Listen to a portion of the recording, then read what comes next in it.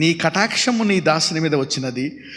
19వ వచనము, నా ప్రాణము రక్షించుట వలన నీవు నా ఎడల కనపరచు నీ కృప ఏమైందంట? ఘనపరిచితివి. Grace will be glorified in your lifes. నీవు ఆ వ్యాధులలోంచి తప్పించబడడం వల్ల దేవుని కృప నీ జీవితంలో ఘనపరచబడుతుందంట.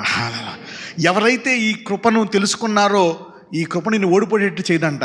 ఈ కృప నా దేవుణ్ణి ఘనపరిచేటట్టు నీ అందులోంచి బయటకు వస్తావంట. పక్కన చెప్పండి, ఈ కృప ఓడిపోదో నీలో నిగ్గు తీరుతుందో అని చెప్పండి. Grace will not fail. This is not a failing grace. Grace will not fail. పక్కన చెప్పండి, కృప ఎన్నటికీ ఓడిపోదని చెప్పండి. అందరూ చెప్పండి, నా శ్రమలన్నిటి మీద కృపయే నెగ్గుతుంది. నా కష్టాలన్నిటి మీద, నా బాధలన్నిటి మీద కృప నెగ్గి తీరుతుంది. Hallelujah. That's what God can do.